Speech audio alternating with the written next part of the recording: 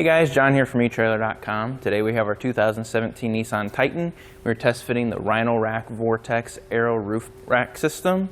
This is designed to help add extra cargo carrying capacity to our vehicle. So maybe we have our bed completely full, or we're wanting to transport a kayak which won't fit in the bed of our truck. We can toss it up here or add a cargo basket to get extra cargo carrying capacity, as well as use our hitch and maybe our truck bed. The Vortex Aero Crossbars come in black, as we have installed on our Titan today, as well as silver. Both of these options are available here at eTrailer.com. They have an aluminum construction, so they're lightweight and durable, plus we don't have to worry about them rusting over time. Even though they are lightweight, our roof rack does have a weight capacity of 165 pounds. However, I do recommend checking out your owner's manual just to make sure we're not going over any weight ratings that the manufacturer has. Our Vortex crossbars have an aerodynamic design. This is an upgrade from the traditional round or square crossbars. This is going to help reduce wind noise and drag compared to those other styles. Our Vortex Aero system does come with lock cores here for our legs, and then we also have a plastic lock core that can be upgraded, but it's out here on our cap for our crossbar. If we unlock it, we can remove it, and now we gain access to the T-slot area on the crossbar. This is used to mount different accessories that'll have the T-slot bolt with it. Normally, our older accessories will just have a clamp, but some newer ones we can utilize this for just more of a clean fit. We'll just slide the T-slot in there, then trim the top rubber strip here to make it look natural. And this rubber strip is used to help cut down on wind noise and drag. There will be a whistling sound without this rubber strip installed. So it's a really nice feature that Rhino-Rhack includes with the crossbar. Rhino-Rhack did think of our vehicle's protection when it comes to their roof racks.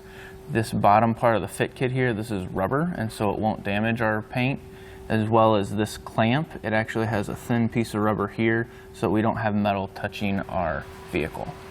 Let's get some measurements here to see how this interacts with the roof of our vehicle. From the roof to the bottom of the crossbar is about 3.5 inches. You shouldn't really have any problems mounting any accessories on here. There's plenty of room for any clamps that we'll use. And then from the roof to the top of the crossbar sits about 4 3/4 to 5 inches. That's a good measurement to keep in mind for if we want to keep this installed on top of our vehicle when we pull into a garage or something like that. Or if we have an accessory that we want to mount on here, we can take the height of the accessory and then add 5 inches so we know how high that's going to sit on our vehicle. Rhino-Rhack's clamp system here sits nice and secure in our vehicle. I can actually grab the crossbars or the legs and our entire vehicle moves when I shake it. That just gives us some peace of mind of how secure this is fitting to our vehicle. Now that we've gone over some of the features of this crossbar system, let's go ahead and install it together. We'll start off by removing the cover on our leg. Use the included keys and it'll swing out to the left. And then we will move over to our fit kit here, which has 3 pieces, the plastic piece, rubber piece, and then our clamp. We won't mess with our clamp till we get the crossbar up on the roof. But the plastic piece has an arrow, as well as the rubber piece. It has an arrow. If we refer to our instructions, it tells us how these need to be oriented according to how we mount the crossbar to our roof rack. So we will put the rubber piece in place.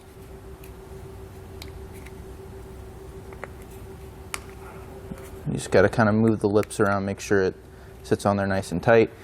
And then our instructions say to have this arrow pointing outwards. So you just press the clips so it's secure on our foot. Next, we'll grab our crossbar, and then we'll take the measurement tabs that go underneath. They're the measurement strips that go underneath the crossbar. They're stored in the crossbar, so when we open up the package, make sure you get them out. And then these have measurements on them. We'll refer to our instructions for exactly where we need to cut these, so that gives us an exact measurement for where our legs will be mounted on the underside of our crossbars. For our application today, we need to clip at 157. And once you make your clip, I just took a razor blade here and just kind of flatten everything out. Make sure there's no pieces that are sticking straight up, because then what we got to do is put our leg and butt it up right up against this plastic piece. So we got everything straightened out. Place the 0 end first. And we'll push that all the way to the track till it stops.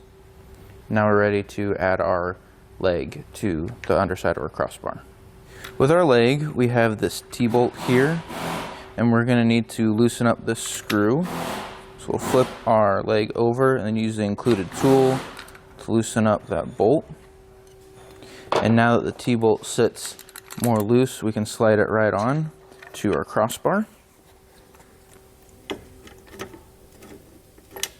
Fit it in the grooves, and we're going to slide this all the way up to the measurement, the rubber strip that we just cut. And we use the tool and just tighten down that T-bolt again. And then we use the tool. This actually is a little unique. It has a slight curve to it. We're going to tighten down this bolt until it straightens out. Once it straightens out, now we know we have the right torque on that bolt. Insert the remaining strip, then we're going to cut that off and clean it up a little bit here. And we will repeat the same process for the other side of the crossbar. Now that we have the legs on the bottom of our crossbar, it's time to install the rubber strips. There will be 4 that are actually hidden inside the crossbar. So we'll take the cap off, turn the crossbar upside down, they'll fall out, and we will just feed them through. We've already got 3 of the strips installed, so just butt them up end to end. You'll kind of wiggle it back and forth because there's a groove here. So we'll try to feed one through one end of the crossbar T-slot, and then just kind of feed it back and forth until it lays flat here. Any bubbles, just push in and again feed it back and forth. Now that we have it all in place, we will go ahead and cut off any excess. And then place on our cap. And now we are ready to toss our crossbars up on top of our roof. A few things I'd like to note before we set it on top. Make sure that the Rhino-Rhack sticker is going to be facing forward for our vehicle. And then there are some stickers included with your kit, and you can put the sticker under each of the feet so that we can remember exactly how it's sitting on our truck. So if we take the crossbars off, we can easily put them back up. We already have our front crossbar mounted. According to the instructions, there will be measurements on where we need to place it. Here between we'll measure from in between our doors here up. And now we'll place the rear bar. We'll take the measurement from our instructions to figure out where we need to have this rear bar sitting. Just kind of set it in the general area. Measure from the center of your front crossbar back to the center of your rear crossbar. That looks good, so we'll move to the driver's side now and move that leg around till it's sitting where it needs to be as well. Now that we have our rear crossbar in place, we will loosen up this bolt here. Then we'll take our clamp from our foot pack, our fit kit. We'll put it through this hole here on the clamp, and then get it started in the nut that's already sitting in our leg. Now this vehicle is a little bit tricky. Most vehicles, there won't be a rubber strip here, or we'll look at this piece of trim and it just pulls right down. This rubber piece though is permanently installed on the truck. And so we're going to lower this outer lip and feed our clamp in there. And we just need to push it down and try to get this corner as tight up against the vehicle frame as we can. So this is definitely something where we're going to get it started on one side and then move to the other side and get it started over there and just move back and forth until we have the clamp sitting tight up against the vehicle.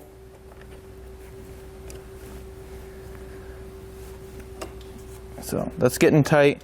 Let's move to the other side, and then we'll just keep working back and forth until it sits nice and tight like we have here at the front. On this driver's side, this is kind of what we ran into before. We're having a little trouble getting this clamp to sit well, so we're just going to take a spacer tool here. We have a couple different options here at eTrailer.com, and we're just going to try to push down and make enough room for this clamp to sit comfortably against our door frame. Another thing I had to do is, while I'm tightening down this clamp, I'm going to tighten this down, and I'm just kind of pulling on our crossbar a little bit to try to get it to fit right. Normally, on other vehicles that don't have this upper lip, it's not this interesting to install. But this one's just, this specific vehicle is a little different, so you're gonna have to play with this rubber piece to get it to sit nice and tight up against the vehicle, just so we know that our crossbars aren't gonna be moving around, and that's why we're heading down the road. So we gotta make sure it's seated properly behind this seal.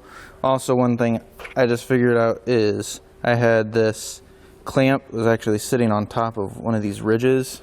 It was causing the clamp to sit at an angle, which was also causing problems. So make sure you don't do that when you're installing it, and just get it up a little snug, and we're just gonna go back and forth on the other side, tightening it down until we get this torque tool. What we do is we tighten it down, and this line will actually straighten out, and that tells us that we have our bolts tight enough. Now that we have everything torqued down, we can place our covers back over our legs, lock them, and now we are ready to install accessories to carry our kayaks or bikes or ladders, anything else down the road with our vehicle. And that's going to conclude our test fit of the Rhino Rack Vortex Aero Crossbar system on our 2017 Nissan Titan. Thanks for watching.